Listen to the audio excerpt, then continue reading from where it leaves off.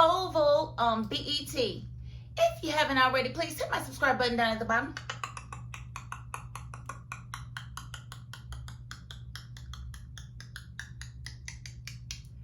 Thank you very much. And hey, let me get right into this episode because let me just say,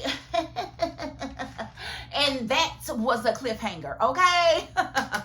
That was a cliffhanger, okay? Oh my goodness. Okay, so yeah, I'm definitely okay with that cliffhanger. Okay, I thought that was a good one. Okay, so we open up this episode with Donald and Sam. They doing a tango for this information because, you know, Donald done walked up on Sam, pulling up the first lady's call log, seeing that Captain scrubbed it, trying to figure out what's going on. Who was this they call her? It seemed like he knew that it was Jason calling or whatever. Seemed like he said something about a burner or something, and, you know, Donald was listening. So Donald wanted to know what was up, and, you know, he wanted to know what was up with him. Why was he even asking for the first lady's call out? And he wanted to know, now don't ask me that. Tell me what you found. He said, I ain't telling you nothing, but tell me why you even looked. Why did Cal feel like he needed to? So nobody gave nobody no information. It's, I'm watching you. I'm watching you.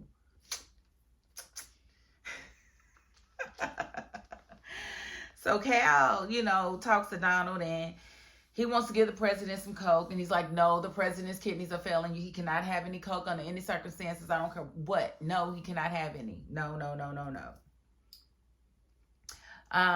So I thought that was just weird but I don't know, maybe Hunter asked him for some.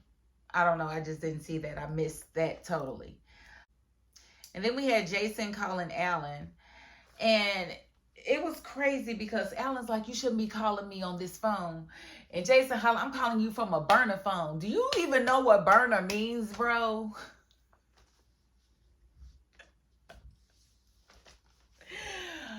Jason, do you understand what a burner phone is? Okay, like the opposite of a burner phone would be like a landline phone. Because like a landline phone tells them exactly where that phone is plugged in at and where that phone works. You was on a landline phone, boy. I said, why did he say he's on a burner? Like, I don't understand. Like, why would he say that? And knowing he was on the landline phone, like, you are not that dumb. You got to know that a burner means untraceable. You got to know that a landline phone is very traceable. It's like the most traceable phone ever. Like, I had to laugh. I laughed real loud on that one. I did. I ain't going to hold you. And so then we saw Donald and Victoria. And, you know, she wants to know if he found Jason. He's like, no, I didn't find Jason. She's like, this is a joke. This is a joke. He's like, no, but what I need you to do is, I know about your little affair that you got going on with Eli. I need you to go talk to Eli and tell Eli to fire Sam. She was like, no. Why would I do that? If I wanted Sam gone, he'd be gone. And he was like, no, he needs to be gone. He's dangerous. He needs to go. And she's going, no, I'm not going to do it. I'm not going to do it. I'm not going to. And what she, okay, I'll do it. I mean, if you need a writer, I can definitely fill in the blanks because I know your writing style, Tyler Perry. You be like, no, I'm not doing it. I have no reason to do it. If I wanted it done, it'd have been done. And then 2 minutes later, they doing it. Every time. And it's like so predictable. And I'd be like, boy, do better. And you got Bobby and Max discussing Jason. Because they just got finished talking to the Raku dude, and he told them everything that he knew about Jason. He told them that they let Jason go. They don't believe him because they feel like the Most High likes young boys. He likes them, you know, probably racially ambiguous like him. And, you know, they just don't see him just letting them go. So they think he either escaped or they put some sort of tracking device on his bike so that they could keep up with him. Now, if that be the case, I don't know. But they said something about going back to the compound and seeing if they can pick up a frequency. That's weird. Maybe if they just go back to work, they might find a little bit about what they're looking for when it comes to Jason. I don't know. But Jason he's definitely not the sharpest pencil in the box. He's not. He is not the sharpest pencil in the box. That can be confirmed. Let's see. And then we got Priscilla and Simone are collaborating to take down Victoria. I mean, Victoria screwing both of their husbands, or has screwed both of their husbands at one point, and they're about sick of it. They feel like they can come together as two strong women and, do what they need to do to take her down. And I'm all for that. And they did mention, they was like, well, where's the, we can't find the son. Well, where's the daughter? And so they might actually come together and try to find their daughter. I don't know. That would be interesting for the next season, or for the second half of this season, I should say. I'm here for it. So the feds go to Dale because we know that Alan sent them to go and get the files from his house, and Dale's supposed to give them to him. So they get there and they're doing a back and forth. They're playing coy. Well, who are you? I'm just someone that knows Alan. And who are you? We're just people who know Alan as well. Ooh, coy, coy, coy. Loy, loy, loy. Ooh. It's kind of silly, but that's what they are. So that's basically their angle. And before they can even get into the conversation, somebody starts beating on the door, and we already know who that beat is because he has no respect for nobody or their property. That ain't nobody but Cal. I knew it was Cal when he beat on the door. And they were like, who is that? And he was like, he's a Secret Service agent. And they were like, we're feds. And he was like, they were like, let him in. He was like, no, he's going to hurt me. He was like, we're not going to let him do that. Okay, so Cal comes in, he's blabbing his mouth, and he's like, he's apologizing to Dale for Donald shooting him. He's doing all of this talking, and Dale is like, yes, he did shoot me, and blah, blah, blah, blah, blah, blah, blah. So the feds can hear all of this, and hopefully they're recording everything that Cal is saying. Cal is trying to get Dale to come to his house. He's like, I want you to be my lover. Why don't you come over? We're going to do some blow. I'm like, boy, don't nobody want to come over there with you and your crazy self. Cal, no one wants to be over there with you, Cal. No one. So I'm just like, why are you leaving your key? Why are you putting your key in his pocket? He's not going to come over there.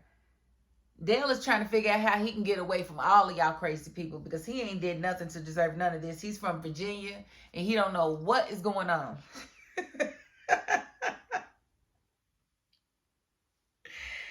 And it's like, Dale is like, Lord have mercy, this Cal person is not going to leave me alone. I gave him some one time. He started acting crazy. I've been trying to get away from him ever since. I done got shot for. So when Cal finally leaves, because he tells him, okay, when he gives him the key, okay, he said, well, I'll see you later. He said, well, don't count on it. He said, I expect to see you later after what I just told you. What, because you think he's just going to come over there for sex and blow? Sit down and have a seat. You are very dangerous. And Dale is trying to survive. Dale better not be thinking about going over there with you.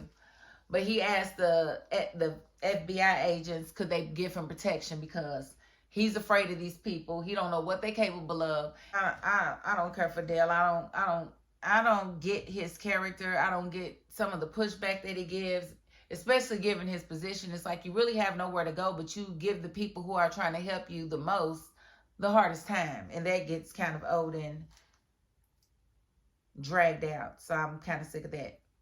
Okay, moving along, we see Victoria and Eli. And she had him lock the doors. She basically said, hit that button under your desk. That's going to lock the doors. And nobody can get in here with, as long as you don't hit that button. And, they were talking. And she told him that she wanted him to screw her on that desk in the Oval Office.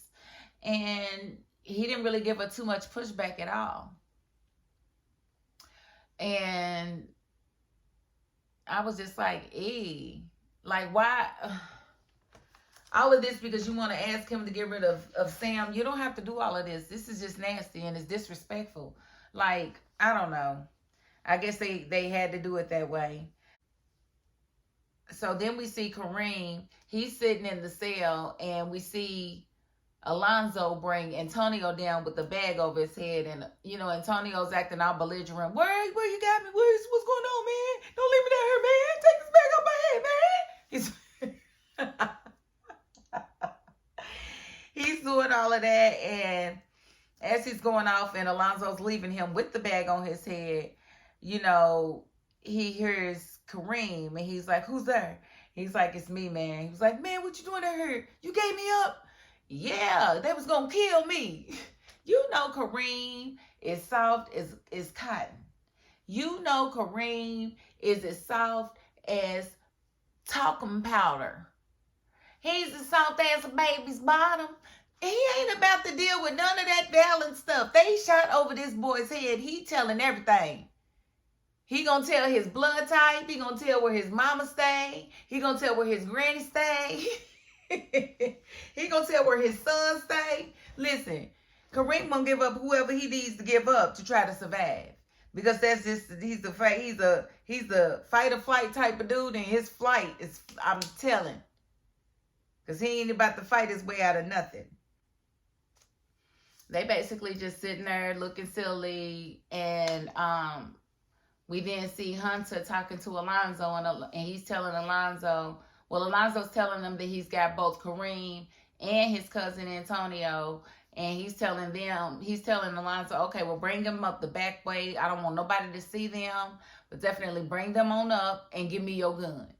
And Alonzo was like, okay, so let me handle this. You don't need to be shooting, because if you shoot, the Secret Service is coming in here. They're going to ask questions. And he was like, that's not going to give me the kind of satisfaction that I want.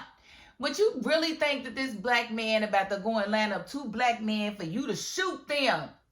Are you out of your mind, Hunter? God, this man gets on my nerves, and I just hate the way Tyler writes his character. Like, do you always have to have these trifling, you know, people with these, I don't want to say it on this video because I don't want to get myself banned, but you know what I want to say. He always got one of those types of characters, and they're always the most gross on the show. Like, why do you always give that type of character a voice so that those type of people in the real world will have something to look at your stuff for, so they can always look up to this person? I see what you're doing. You ain't fooling me, buddy. And I'm going to leave it in there. I'm going to leave it in there and see if anybody knows what I'm talking about. So I'm about sick of that part. Okay, so Cal tells Donald that Jason made the calls from within the house. And Jason is like, and Donald's like, wait a minute, what do you mean from within the house? And he was like, from within the house. They trace back to the White House. So Jason snuck his dumb self back in the White House. Like, why would you be in the White House of all places? Do you really think that's your best place to be? Like, who's cultivating your brain? Like, this is crazy. Like, why would you? There ain't no hope for him. There ain't no hope for Jason. So he's in the White House. That's the dumbest place you can be. You talking about you own a burner and you own a landline in the White House. That is not a burner. That is the. And then they're gonna be asking Alan, why is he calling your phone? I cannot. And we did see that Lily was at the house, and we saw the police officer there, and his whole, she's asking him, are you feeling okay? And it was just really a wasted scene. Nothing really happened. We saw Nancy and Richard. She wants to ask about Barry with all the small talk. And, Richard, it surprised me that he was even there, because he told her that he wasn't coming home. So I'm not coming home. And she was just, I understand, but he came home anyway. She's like, I cooked, I'm tired, I ain't really got much of an appetite. He's like, well, I just want to get some answers. And she was like, well, I'll give you some answers and blah, blah, blah. And so he goes to get his father. And Nancy's standing there looking like a deer in headlights. So he done brought his father there. So he wants to ask Nancy these questions. And I don't even think he done talked to his father about knowing about the affair in the first place. So that's what's crazy. So he's about to ask all these questions, and the father's going to be like, oh, didn't know that was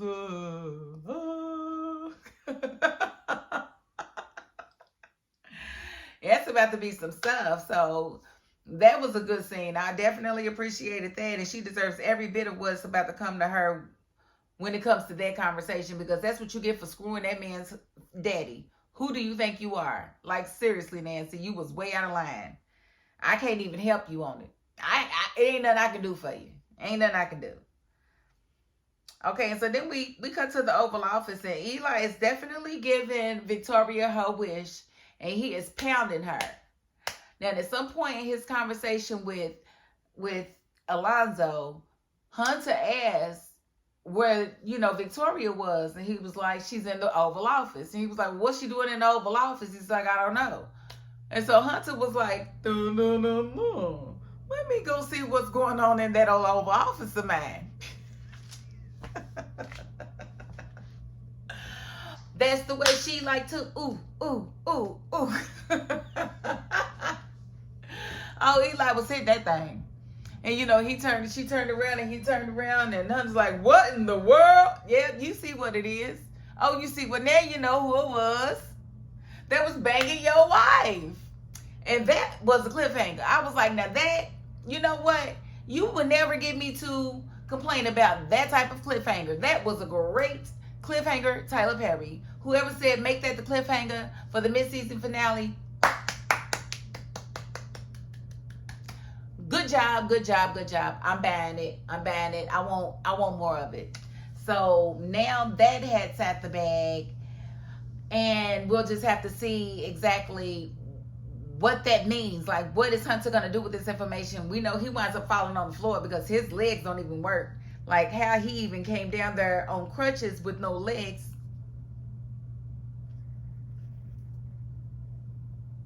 Only on the Tyler Perry show, that's all I know. So I'm gonna leave the review right there, and it seems like we'll be back next week. Hopefully we will. If not, I'll be back when they come back. Okay? But if you haven't already, please hit my subscribe button down at the bottom.